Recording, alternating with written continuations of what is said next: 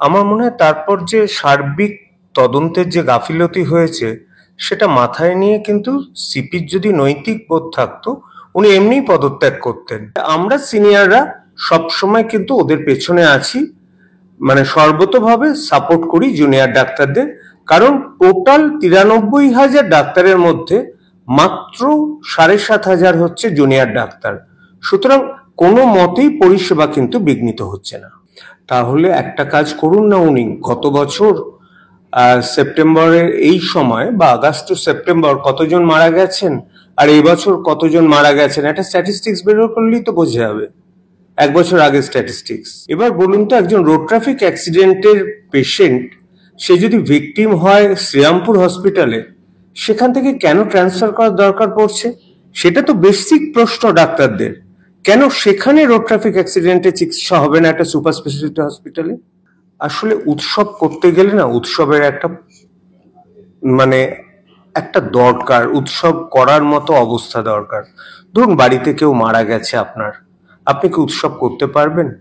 বা বাড়িতে আপনার মা বাবা খুব অসুস্থ, উৎসব তো করতে পারবেন না।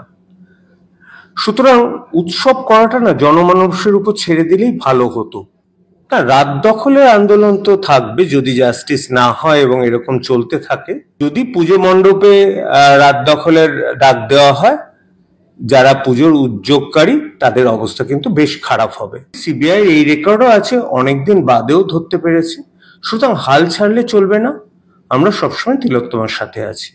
ওই যে বললাম না, প্রথম ৪-৫ ঘন্টা ইনার্শিয়া কলকাতা পুলিশের, ওটা অ্যাক্টিভ ইনার্শিয়া না প্যাসিভ ইনার্শিয়া তো জানি না, জেনে বুঝে ইনার্শিয়া হয়েছে না হতবম্ব হয়ে ইনার্শিয়া হয়েছে। আমার ঘন কালো চুলের রহস্য এনপির ফার্মেট। আমায় আমি বড্ড ভালোবাসি। আমার তো মনে হয় সিপির আগেই পদত্যাগ করা উচিত ছিল। প্রথম ৩-৪ দিনে যখন সম্পূর্ণ ব্যাপারটা দেখা যায় যে ওই সময় সিপি প্রেজেন্ট ছিলেন, তা সত্ত্বেও ওখানে অনেক লোক ঢুকে পড়েছিল এবং মৃতদেহ যেভাবে থাকার কথা সেভাবে ছিল না। আমার মনে হয় তারপর যে সার্বিক তদন্তের যে গাফিলতি হয়েছে সেটা মাথায় নিয়ে কিন্তু সিপির যদি নৈতিক বোধ থাকতো উনি এমনিই পদত্যাগ করতেন। আমরা পদত্যাগের ডিমান্ড করাটা মানে হয় না, কারোর যদি বিন্দুমাত্র নীতিবোধ থাকে নিজে পদত্যাগ করতেন। স্যার, গতকালের যে রায়, সেই রায় নিয়ে অনেকেই অখুশি। আপনি কিভাবে এই রায়কে পর্যালোচনা করবেন? না, আমি অখুশি নই। দেখুন, কোনো কোর্টের রায় না এভাবে হঠাৎ করে বলে দিতে পারে না এ দোষী ও দোষী। কালকে বেসিক্যালি রাজ্যের তরফে শুনানি হয়েছে, সেইখানে একটা জিনিস ফুটে উঠেছে যে রাজ্যের প্রচুর গাফিলতি, সেই জিনিসটা কিন্তু সুপ্রিম কোর্ট চোখে আঙুল দিয়ে দেখিয়ে দিয়েছে। যেমন পোস্টমর্টমের সময় একটা চালান যেটা ম্যান্ডেটরি সেটা প্রডিউস করতে পারেননি কালকে মিস্টার সিব্বাল। এর পরের দিন যে হিয়ারিং হবে তাতে তখন এরা ডিফেন্ড করবে যে এদের কি কি পয়েন্ট। আর ডাক্তারদের কাজে বলতে ফেরানো, আমার তো মনে হয় সুপ্রিম কোর্ট এর আগের যে ডিসিশন ছিল ওরা চেঞ্জ করতে পারবে না, কারণ নিজেদেরই ডিসিশন ছিল ডাক্তারদের ধর্মঘট ওরা কিন্তু মানেন না। কিন্তু এখানে আমাদের বুঝতে হবে পরিস্থিতিটা আলাদা। একজন কলিগ ওদের খুন হয়েছে প্রকাশ্য একটা দিবালোকে বলা যায়, এবং সেই খুনটাকে লুকানোর চেষ্টা করা হয়েছে প্রথম ৩-৪ ঘন্টা।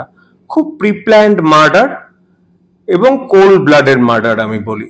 এত প্রিপ্ল্যান্ড যে একটা হাত পা ছাপও অবধি সিবিআই খুঁজে পায়নি। সুতরাং সেখানে ওদের বিক্ষোভ হওয়া স্বাভাবিক, কিন্তু কোর্ট তো আবেগ দিয়ে বিচার করবে না। কিন্তু এরা তো আমাদেরই ছেলেপুলে, এদের তো আবেগ আছে। সুতরাং এরা যে ডিসিশন নিয়েছে সেটা যে ওরা ইস্তফা দেবে না সেটা আমার বলার কিছু নেই। তবে আমরা সিনিয়ররা সবসময় কিন্তু ওদের পেছনে আছি, মানে সর্বতোভাবে সাপোর্ট করি জুনিয়র ডাক্তারদের। কারণ টোটাল ৯৩,০০০ ডাক্তারের মধ্যে মাত্র ৭,৫০০ হচ্ছে জুনিয়র ডাক্তার। সুতরাং কোনো মতেই পরিষেবা কিন্তু বিঘ্নিত হচ্ছে না। একদমই। স্যার, ২১টা বাঘা উকিল লাগালে যে সুবিধে মতো রায় পাওয়া যায়, অন্তত তারিখের পর তারিখ পাওয়া যায়, এরকম কথা উঠে আসছে, কি বলবেন? আমার মনে হয় এখানে একটা বুঝতে ভুল হতে পারে, এটা কপিল সিব্বাল এন্ড টিম।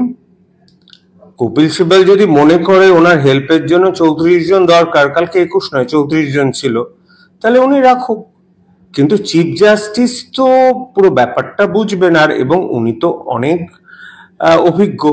সুতরাং 50 জন লয়ার থাকলেও যদি মেরিট থাকে কেসে, তাহলে কেসে হারবে। একদমই। মমতা বন্দ্যোপাধ্যায় বলছেন, আপনি যেমনটা বললেন যে টোটাল যে চিকিৎসক পরিসংখ্যানটা আপনি আমাদের ভিডিওতে এবং একদম তুলে ধরলেন টু বি স্পেসিফিক করে।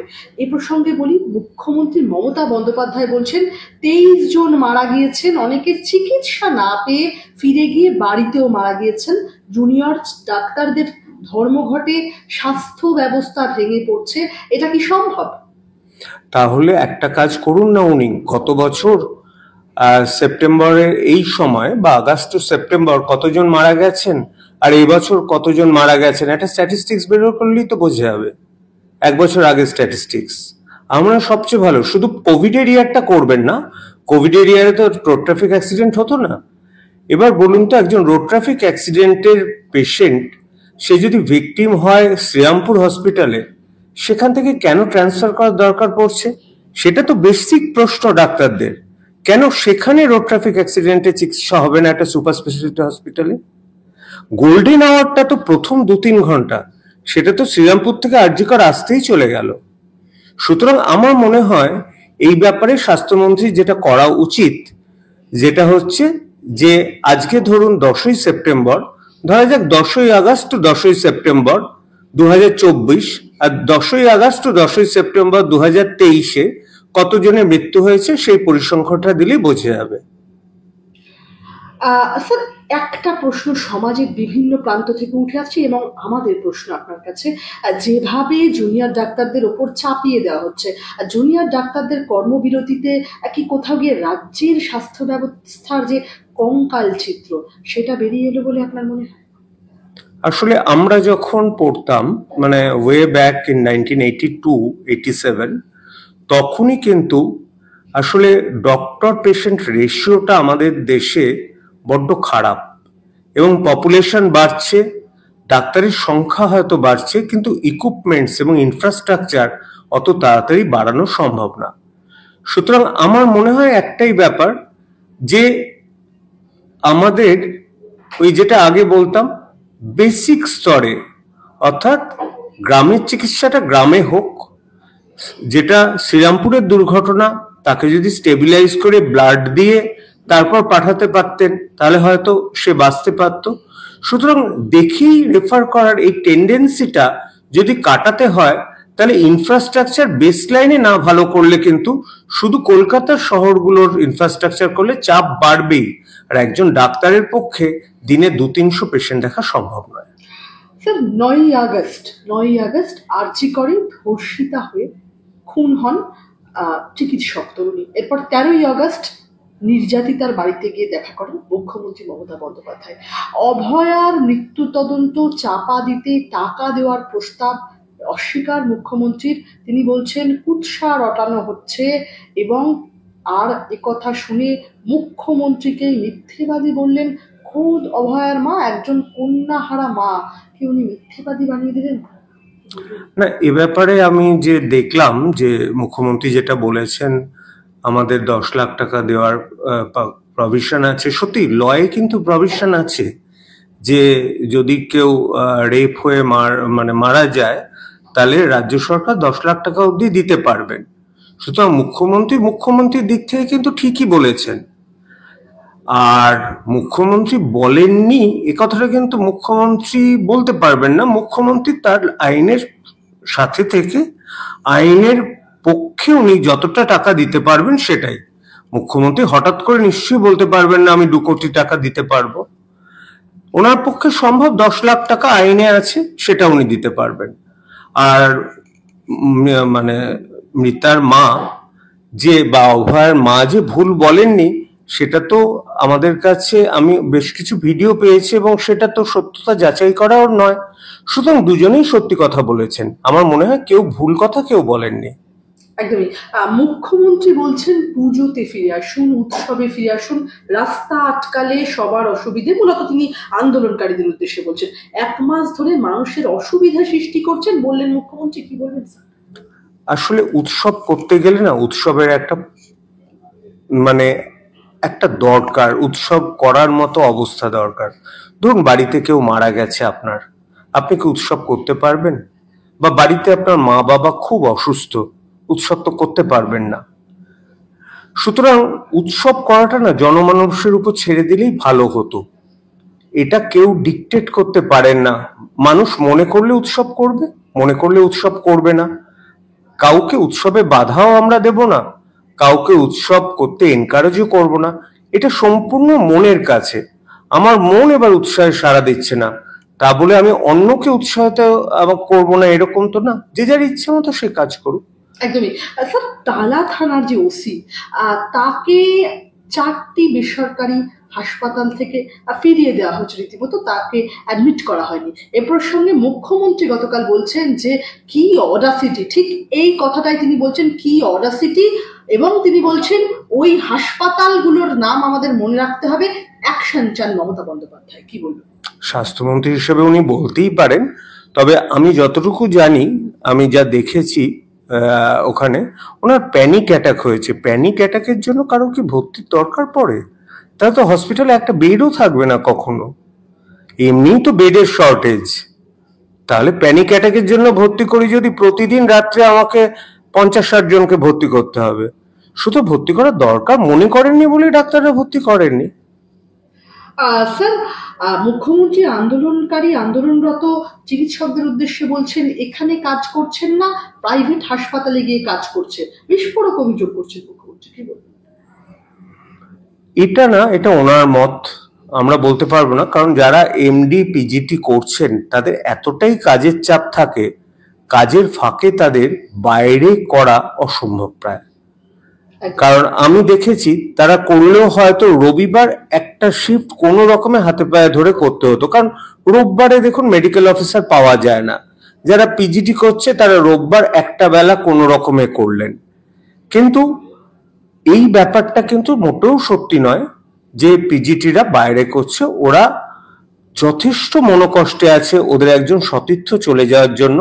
এবং আমার বহু বন্ধু ছেলেমেয়েরা যারা পিজিটি আছে তারা খুব চিন্তায় আছে তাদের ভবিষ্যৎ নিয়ে।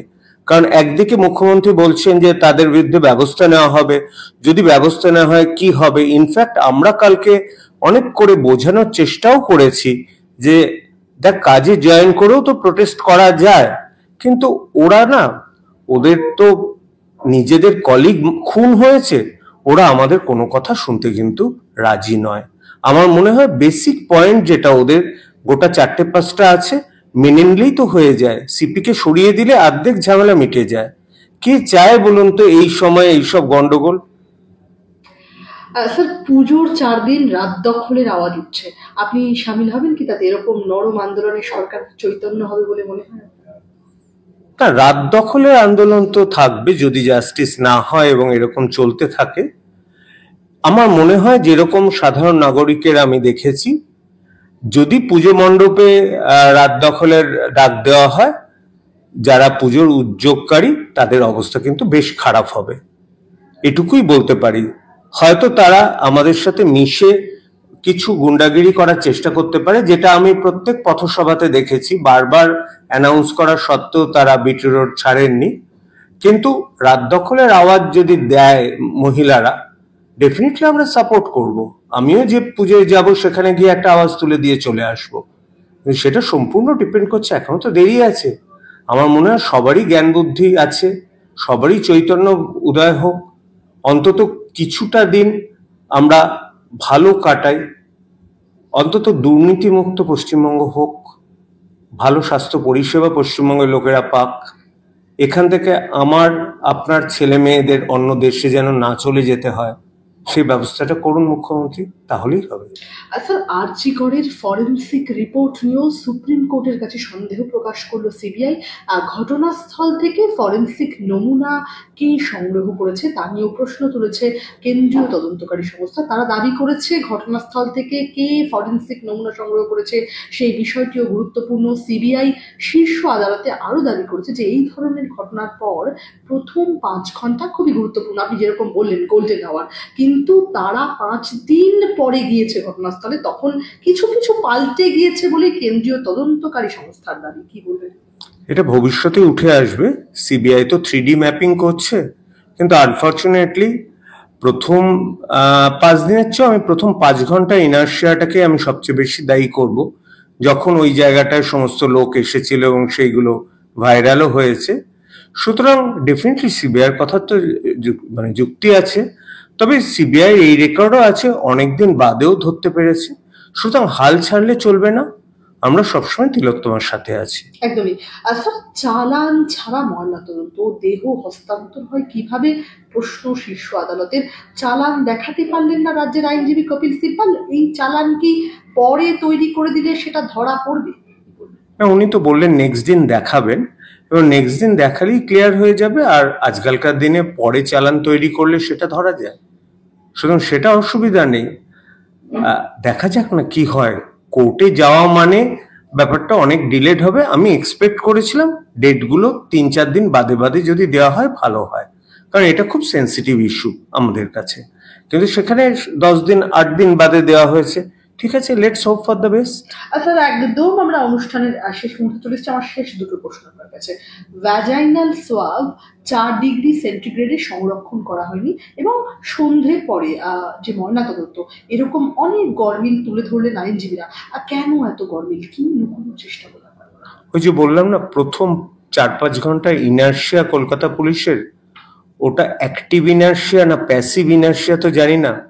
জেনে বুঝে ইনার্শিয়া হয়েছে না হতভম্ব হয়ে ইনার্শিয়া হয়েছে। হতভম্ব হয়তো কথা না, প্রফেশনাল লোক কেন হতভম্ব হবে? সুতরাং এটা না তদন্ত সাপেক্ষ, পুরোটা না বলাই ভালো। যখন সুপ্রিম কোর্টে ব্যাপারটা বিচারাধীন, আস্তে আস্তে ঠিক আনফোল্ডেড হবে কে দোষী কে নির্দোষ। স্যার, আপনি নিজেও তো একজন দীর্ঘদিনের আপনার প্র্যাকটিস, আপনার নিজের কাছেও কি কোথাও কি ধোঁয়াশা লাগছে সমস্ত পরিস্থিতি? হ্যাঁ, নিঃসন্দেহে। প্রথম দিন তো আমি বিশ্বাসই করতে পারিনি, কারণ আমার কাছে প্রথম খবর এসেছিল অ্যারাউন্ড 10:15 10:30, সেটাও দিল্লির এইমস থেকে, যে এরকম একটা হয়েছে যেটা আত্মহত্যা বলে চালানো হচ্ছে।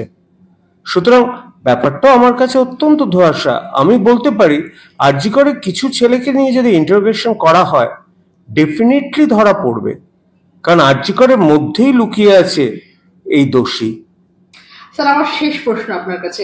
যারা হাল ছেড়ে দিচ্ছেন, বলছেন বিচার পাওয়া যাবে না, তাদের উদ্দেশ্যে কি বলবেন? হ্যাঁ, এত সহজে হাল চালে তো কাজই করা যাবে না। আমাদের ডাক্তারিতে দিনের পর দিন ভেন্টিলেশনে থাকে, কোমাতে থাকে, তাদেরকে ফিরিয়ে আনি না। হাল ছাড়ার প্রশ্নই নেই, প্রশ্নটা মেথডের।